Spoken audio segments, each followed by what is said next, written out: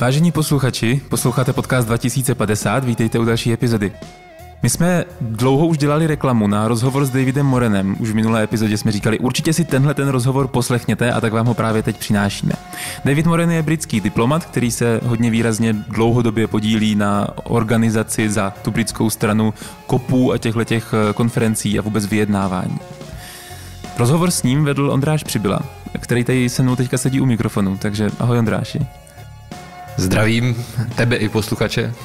No a my jsme si říkali, než se do toho rozhovoru vrhneme, že vám ho pustíme. On je totiž v angličtině, takže než se do něho vrhneme a pustíme vám ho, tak jsme chtěli udělat takový krátký úvod o tom, proč si ho vlastně poslechnout, protože vás chceme trošku namotivovat, jako pustit si ten dlouhý rozhovor v angličtině, protože si myslíme, že to stojí za to. Tak tady je pár našich dojmů z toho, co můžete slyšet za chvilku v tom rozhovoru s Davidem.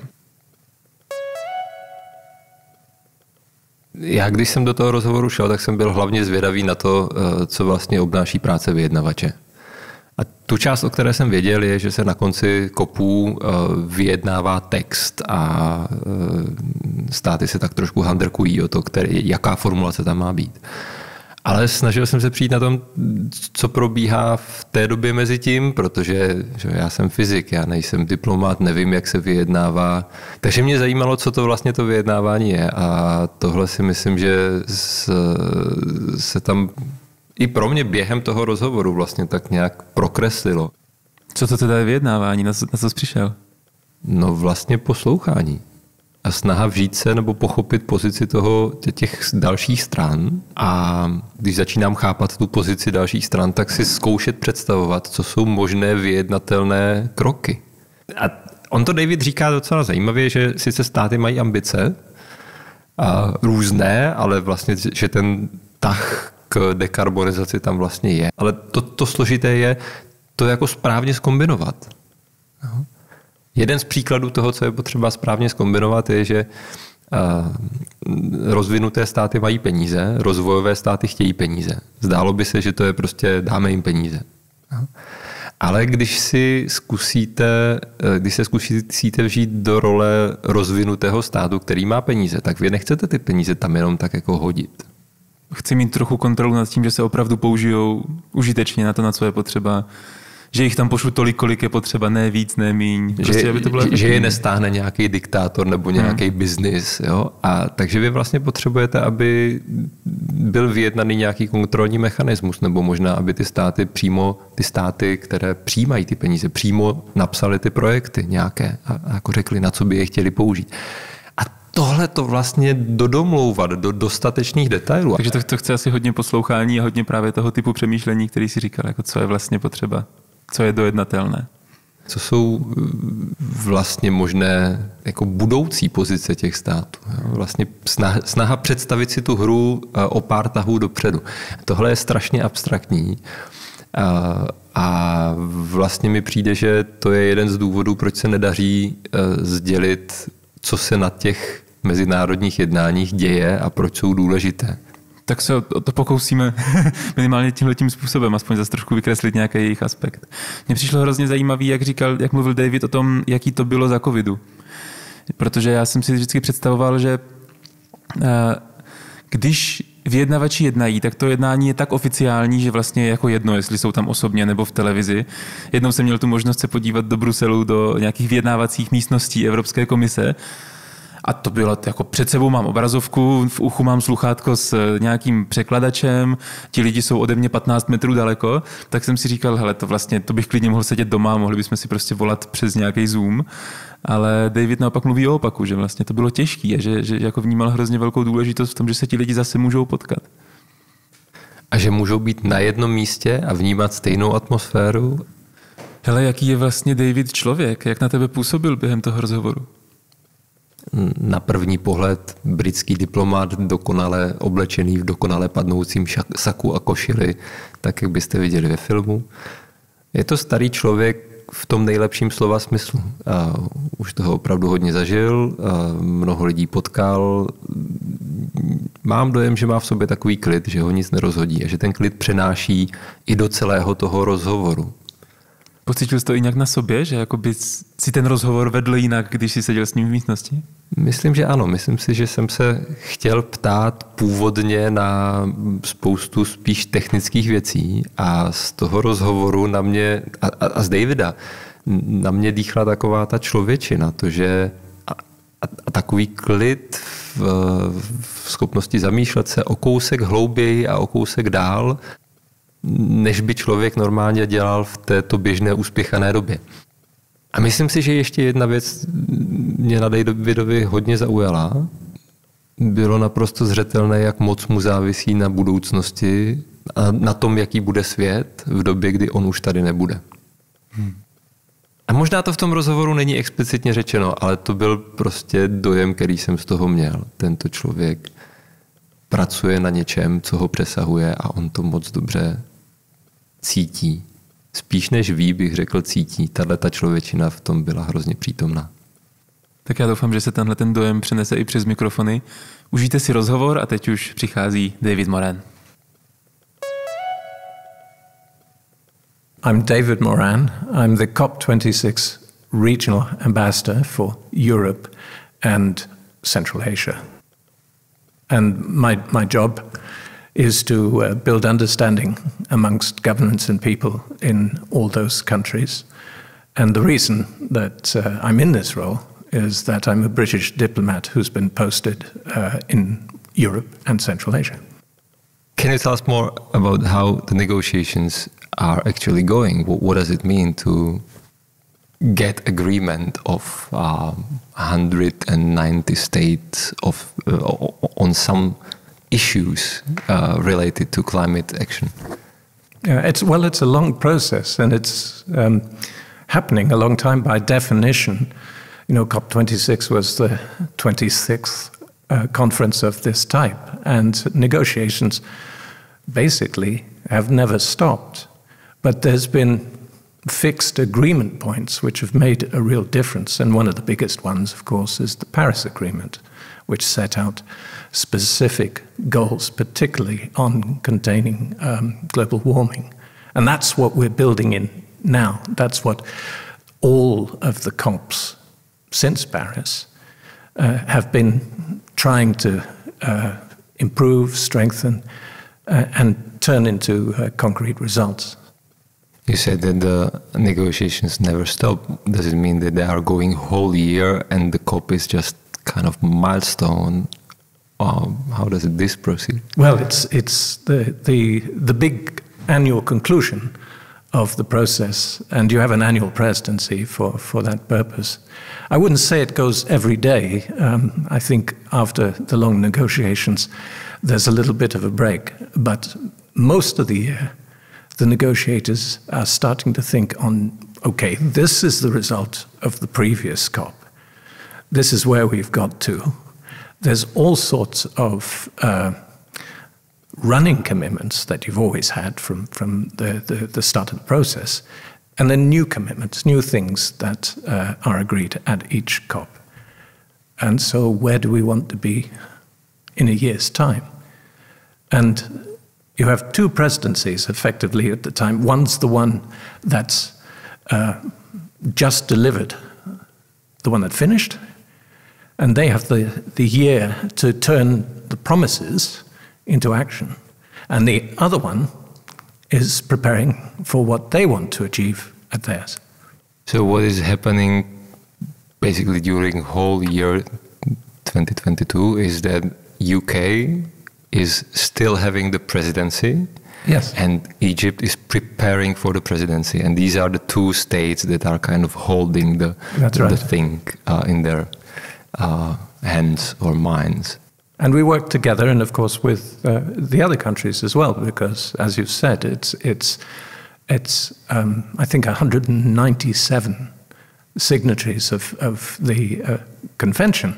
So given that it's consensus, you can't afford to miss a day almost to start saying, okay, where are the areas of common agreement? And you have a choice. it's not really a real choice given the climate crisis, but do you go for the lowest common denominator that everyone can agree with? Or do you stretch that ambition and find an agreement that many countries didn't think at the beginning of the year that they'd be able to sign up to, but they do by the end. And that's the trick, because given how important climate action is, you can't stop at the bottom. So this sounds like one of the key questions for the negotiator. Do I go for the lowest denominator, or do I kind of stretch the ambitions? Are there any other questions in the mind of a negotiator? Well, I mean, there's many, but I would say that it's a false question for a presidency, because there's so much pressure on a presidency to achieve ambitious results, not just from the other countries, but basically from ordinary people around the world.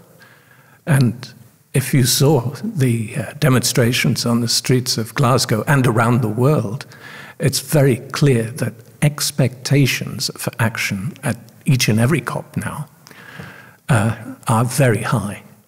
So we've got to find a way to meet that ambition, move forward every year, and get everybody on board. Okay, and how do you do that? I mean, I can imagine negotiating a bargain, like price bargain, and saying, like, I will not give you 50, maximum is 40, and the seller says, well, 45, and I say, well, 42. This is what I can imagine. I can't imagine diplomatic negotiations. How do you persuade a country to change its position, or how the positions are actually formed? Well, I think, diplomatic negotiations differ depending on the topic. But in the case of climate, you've got the science, you've got the IPCC, and many other organizations now doing these studies which say, in order to keep global warming under control, you need to do this by 2030 and this by 2050, the net zero commitments. And so if you base it on the science, say, okay, it doesn't matter what I want the world to be. This is the way the world it is. Now, how are we going to get to where we need to be to mitigate the effects and adapt to the damage? And so that's the discussion. So the science is one of the key cornerstones of the negotiation. Okay. Well, does it happen that the countries actually try to be, I don't know how to say it in English, free riders? So basically force all the expenses on other countries, all the emissions reductions on the other countries, while keeping their way of life, keeping their living standards. Does this happen? And how basically would you deal with that, or how do the states deal with that? Well, there's a different level of ambition in different countries, and sometimes, the reason is simply because they can't afford the action. I mean, this is why that's why climate finance is so important, and other technical support. It has to be a collective thing, which is one of the reasons for consensus. And there may be other reasons why countries don't want to be as ambitious as perhaps the front runners. In the end, you have to have a result which adds up to sufficient action to make a difference. And so in that case, you need critical mass. And that means you don't necessarily have to have exactly the same level of ambition, as long as the major emitters in particular do what they can. But the thing is, it's so urgent to tackle the crisis that every sliver of temperature rise that we can prevent, whether it's through a big country, small country, or even individuals making changes to their life, that's worth it. That's worth it. And so there are strong arguments which we hope that will sway countries to join in, because it's a shared interest. It's hard to imagine what goes through the minds of the people who are actually sitting at the table and talking and trying to agree on some climate action. So, and this is what I'm trying to find out and to bring to our audience. Well, one thing I'd say is when you get, if you're part of a government delegation to COP, you find yourself surrounded by other people, representative of indigenous people, youth groups, technical innovators, energy, green energy companies, all sorts of people with ideas and also arguments. And so you're hearing a lot of messaging, which is both stimulating and, of course, it's meant to influence the work that the negotiators do when they come down to looking at a particular language. And so it's an unusual conference because the world is looking in, and some of the world is right there. And it sounds like quite intense emotional experience. Well, yes, I mean, and partly because, particularly people who have been at many COPs, these are people deeply committed to climate action. And for them, whether it's because of their country or because of their technical experience or just their beliefs, this is some of the most important work that they could ever do. So yes, it's often quite emotional. At the same time, of course, we're here to do a job and to get it done. How about the big polluters and oil mining companies? Do they come too and try to prevent the action? There are all sorts of people who come to a COP. You know, the COP in Glasgow had somewhere around 38,000 people.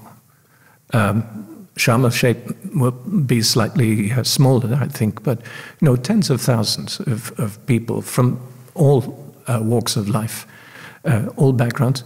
It's no bad thing to have a global conversation, and I tell you that the conversation is dominated by those who want action.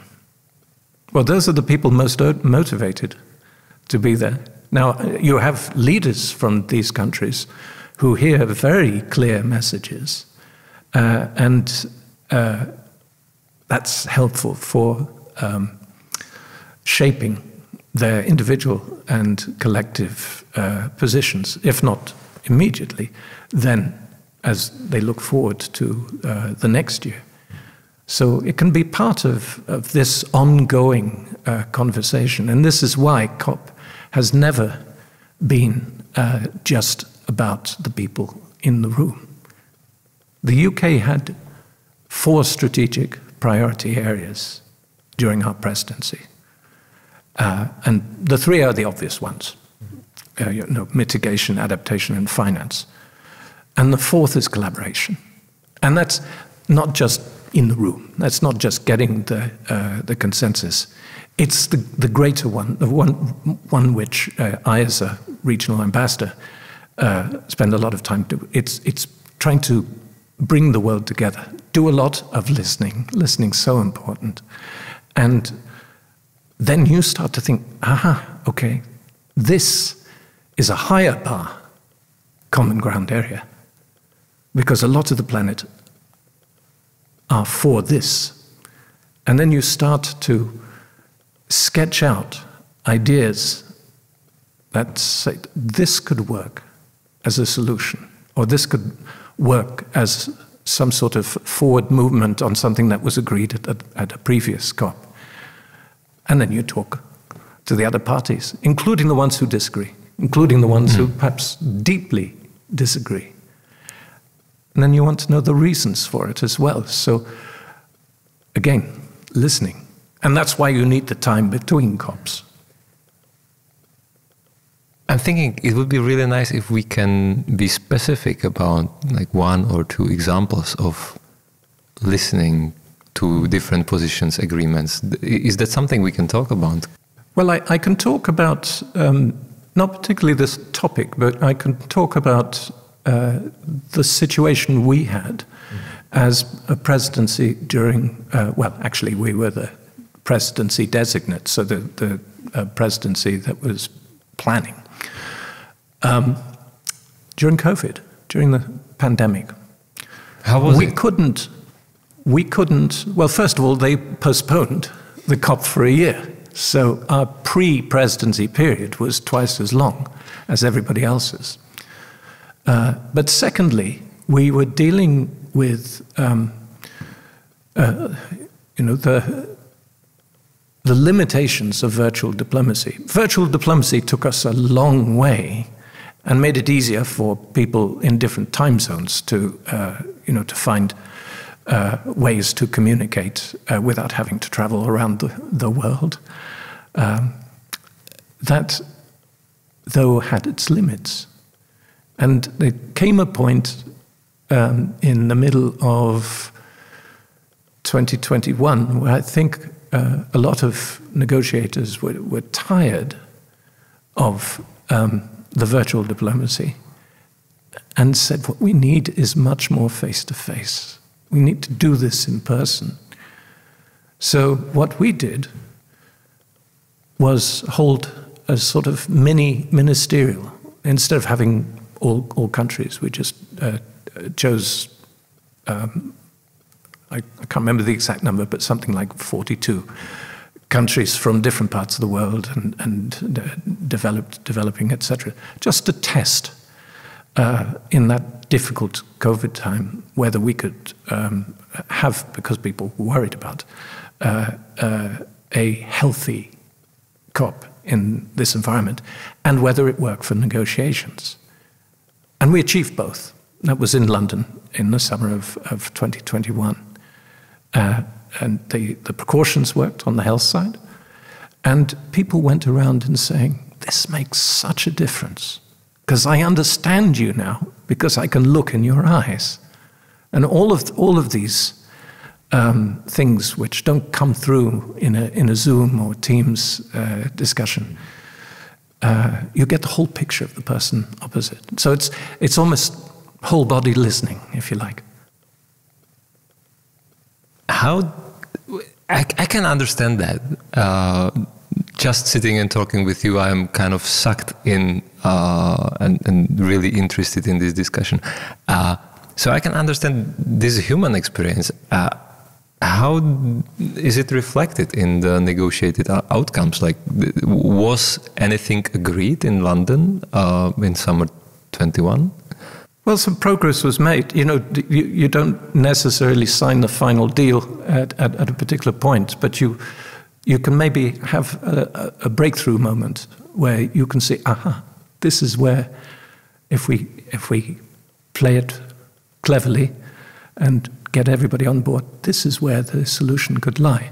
So, and I think some people decided, they were reassured that they could move. So, people who were previously not sure that they would budge from the previous position, certainly by the time they got to Glasgow, were in a different place than they were in London that summer. And I think I've started to understand why is it so hard to communicate this to the public, because most of what you are talking about is listening, trying to figure out what is possible, where is the agreement, which is kind of abstract work similar to playing chess in your head, like trying to combine, trying to see a picture. And this is not possible to communicate in evening news.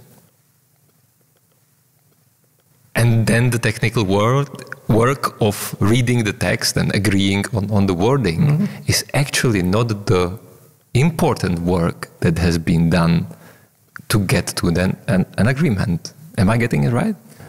Well, the language is incredibly important, and you've got to get that right. And fortunately, we've got a UN Secretariat who have, do this for every COP. And they, as you would expect, as the real international experts, are indispensable. But there's another dimension, which is tying all of that into what's actually happening outside the windows. And so that's why you have,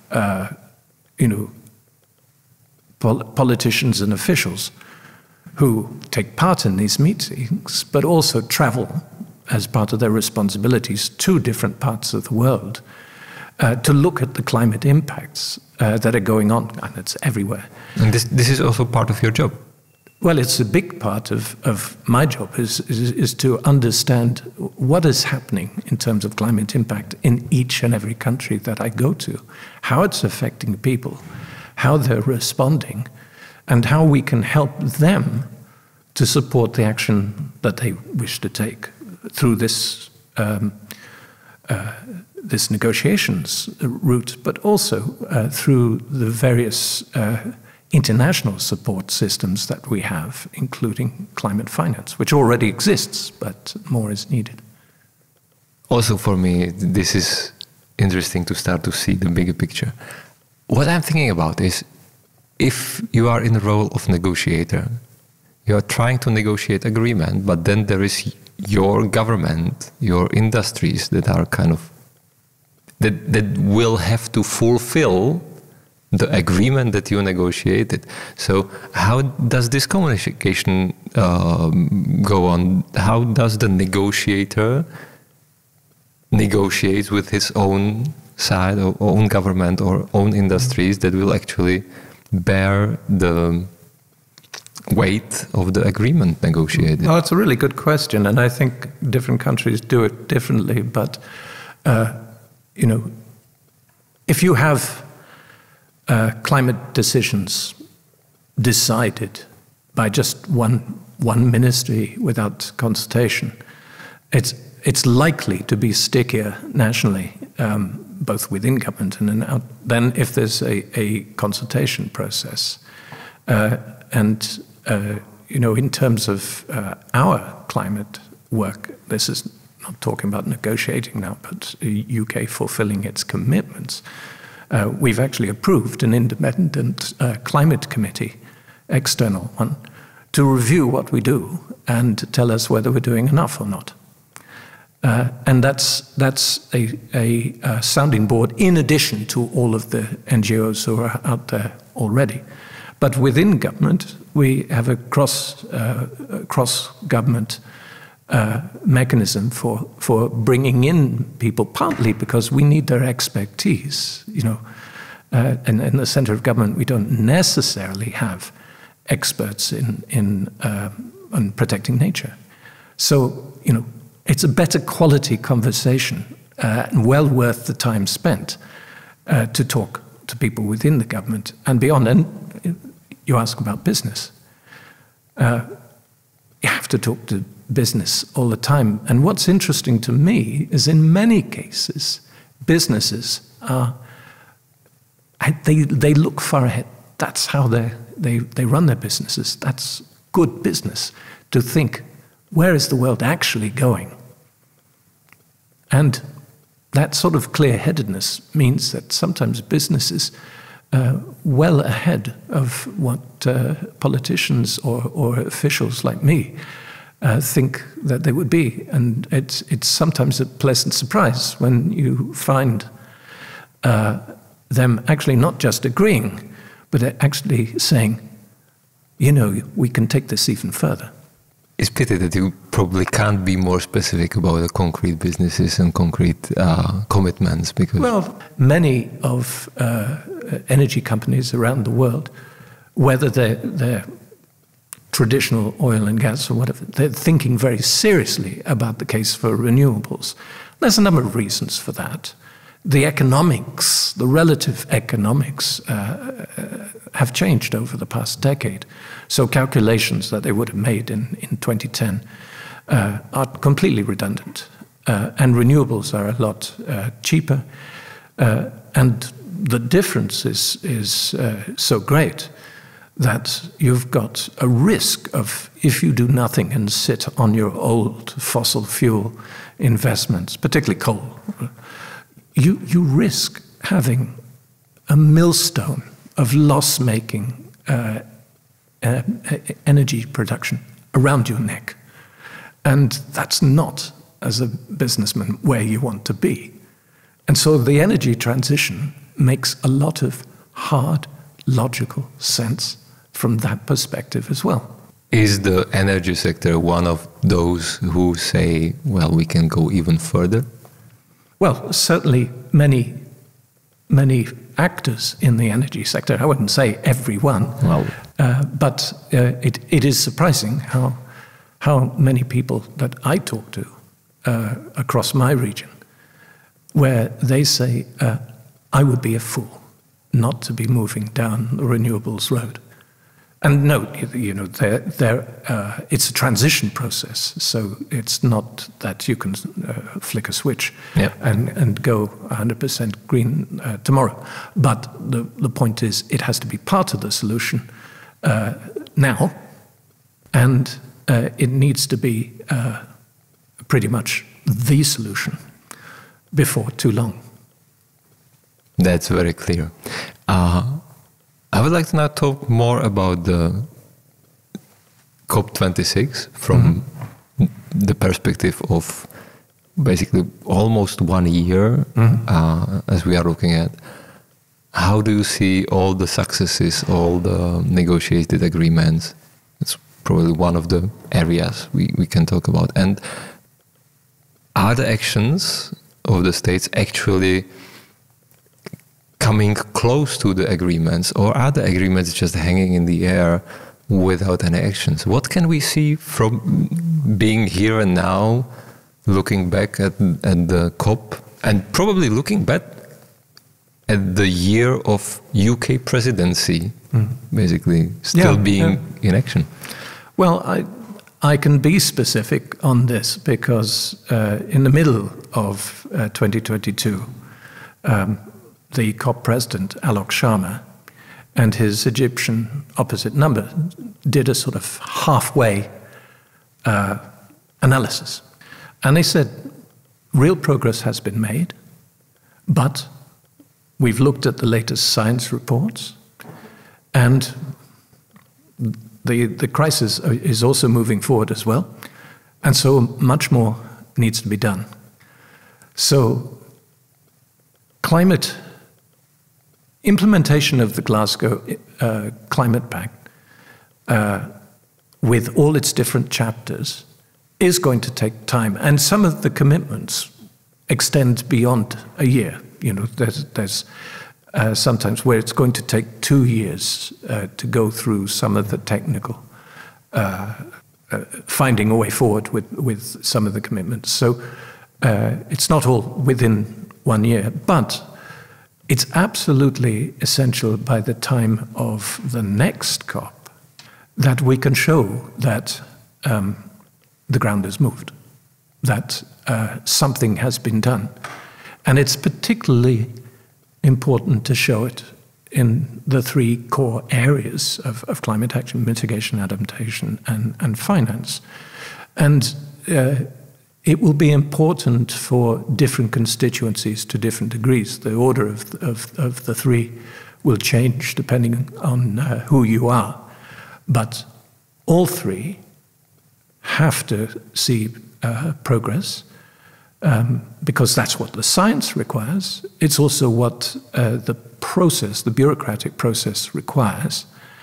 And it's what the world wants. The world wants cleaner air, emissions that can contain the global warming, greater protection for the increasingly extreme climate events that we're getting, and the financial and technical resources to enable even smaller countries to realize their ambition.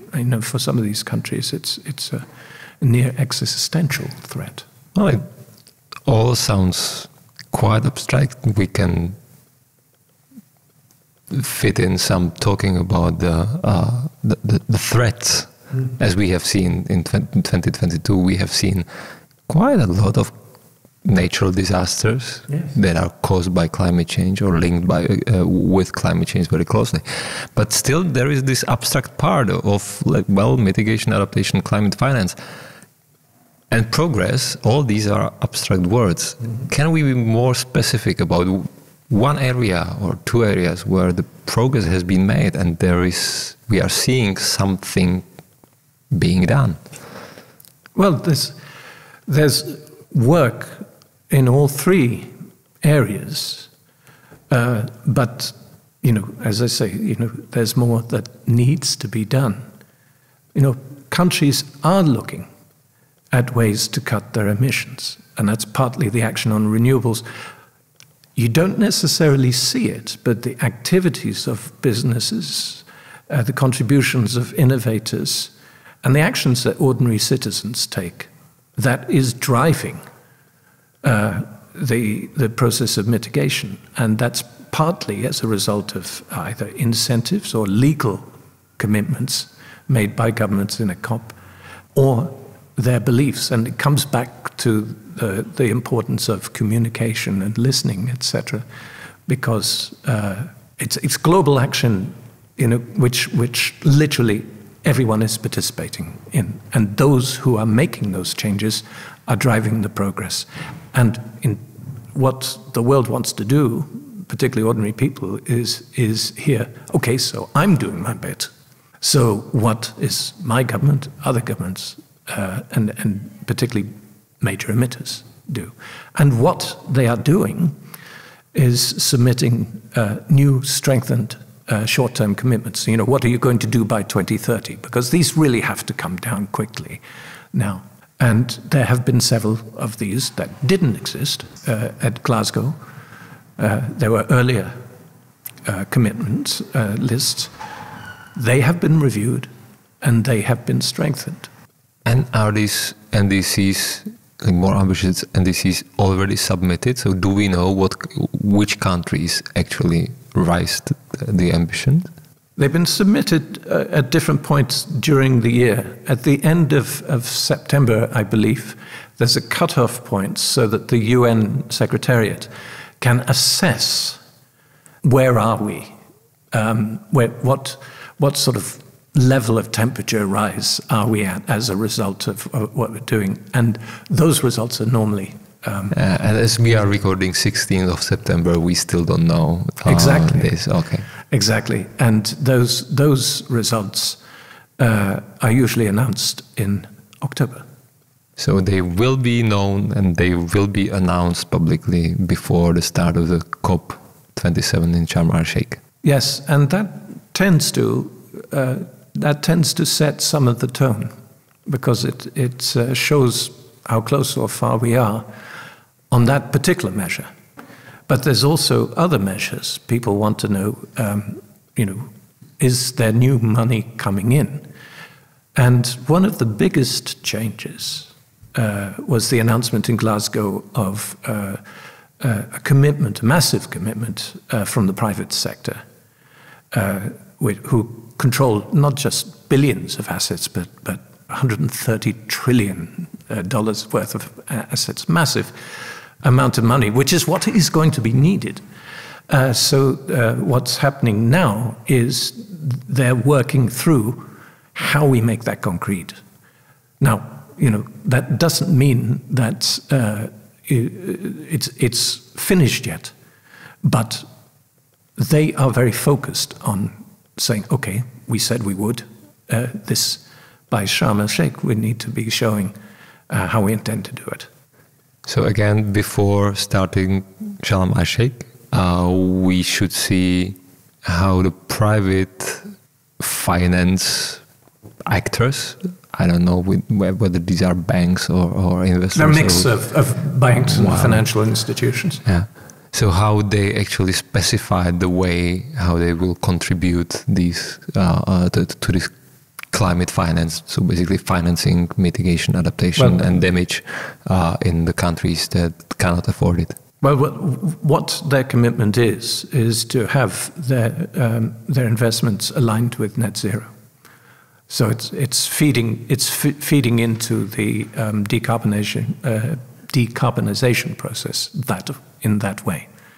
So that effectively means working in different parts of the world in that direction. So that will help to meet the financial gap. But of course, governments need to do their bit too. And so there is the famous $100 billion goal, which at Glasgow... It's a good soundbite, 100 billion. Yeah, and the assessment at Glasgow is that it would be met at the latest by 2023, so next year. It was assessed again as very likely that over the 5-year period, there'd be the 500 billion. But it might be not a straight line, it might be a sort of curve. But the thing is, the idea was that donors would be hitting that target and therefore demonstrating the commitment. Donors already provide a lot of money. The 100 billion is a nice round figure, but there is an expectation, a public expectation, that what happened at Glasgow should be followed up in such a way that that goal is hit. We are talking about progress, and I'm thinking whether there are also some areas where actually we are falling behind, or the process might even go back. And one of the things I think might influence that is the war in Ukraine. Are there areas where actually we are going backwards and we are not doing progress? And is the war one of the causes?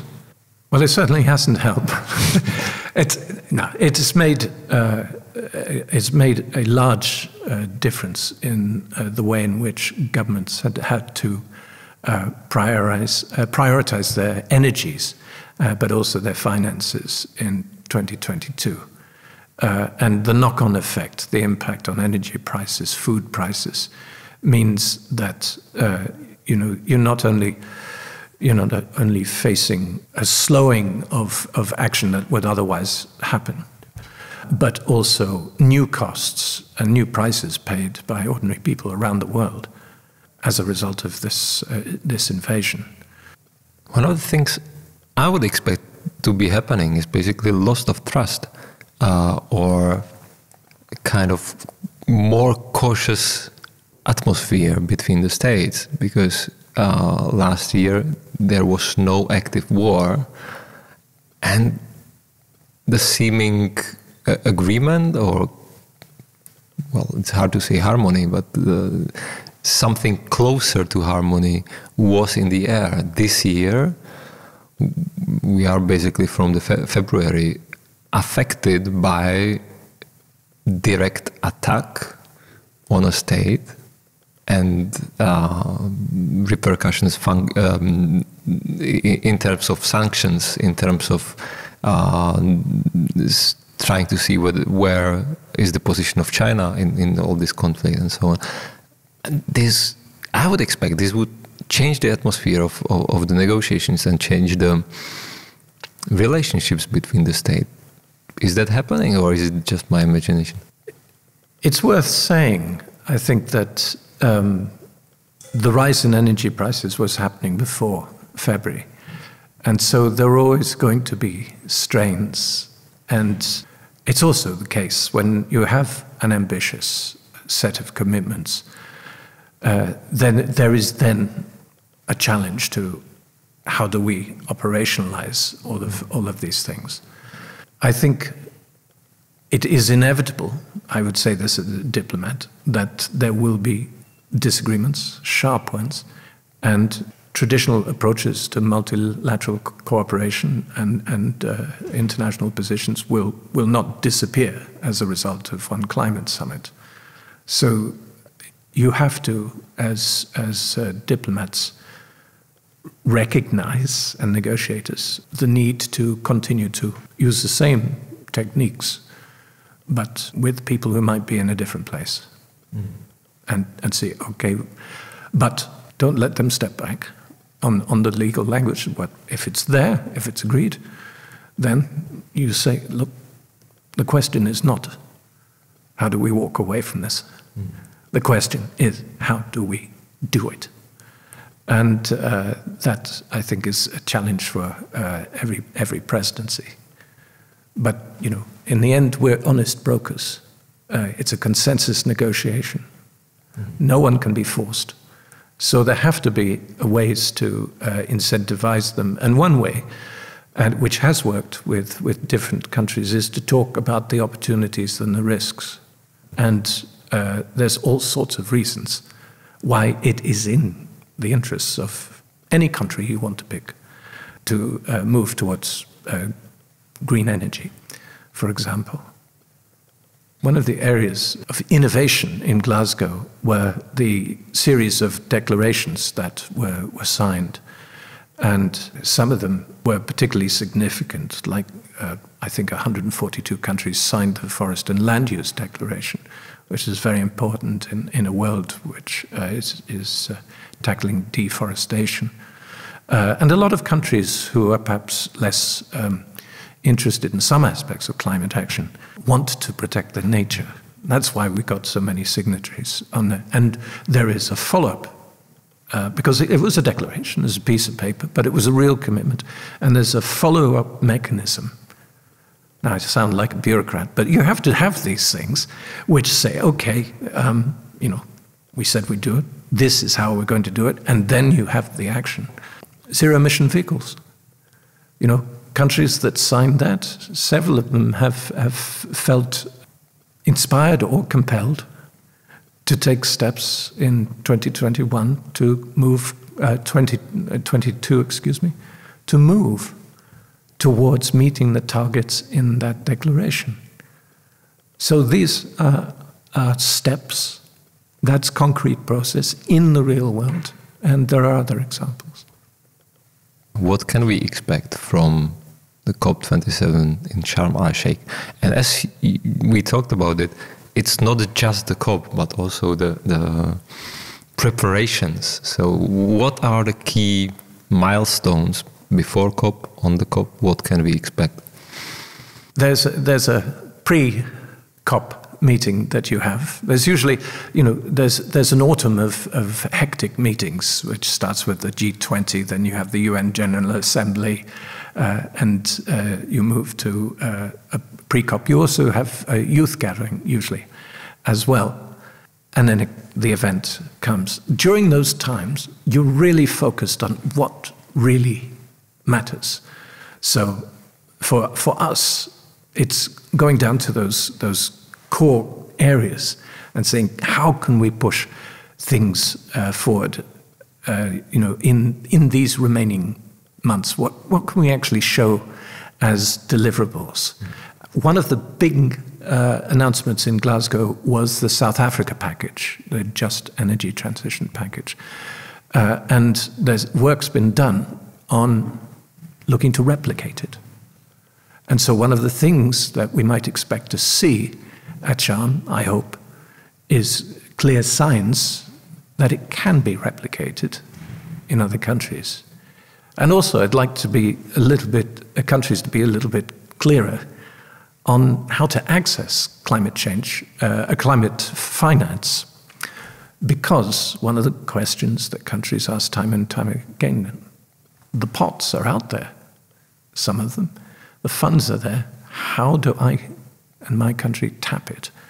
And so you need to streamline some of the procedures. And work has been going on that. So there should be a greater appreciation by Sharm that there are possibilities which weren't clear before. And there's work going on at the moment. Will that COP27 be in some way specific because it's happening in Africa? One of the most... Can we expect some kind of African focus? I think we'll get an African flavour. And COPs are global, and they're all about everyone. But it's in Africa, so it's no bad thing to have an African flavour. And each COP includes thematic days where you can look at particular issues such as energy, nature, gender quite often comes up as well, and indigenous peoples. So you look at it from different angles, and I think that the Egyptian presidency will have a very good platform for discussing the implications of climate change for Africa and what has been and should be done about it. But in terms of the end results, it has to be a COP for everyone, and it has to cover the three areas that we've discussed. And what can we expect? Well, it's inevitably going to be trickier than Glasgow in some respects, because the backdrop is different, as we've discussed. But the will, once you get in a COP, is reinforced by all the voices around. And that strengthens the incentive for the people, including presidents, to find a way to walk away from a summit, because a failed summit is not something we want. We've had it in the past. You mean the Copenhagen, or? Well, even in Copenhagen, things were achieved.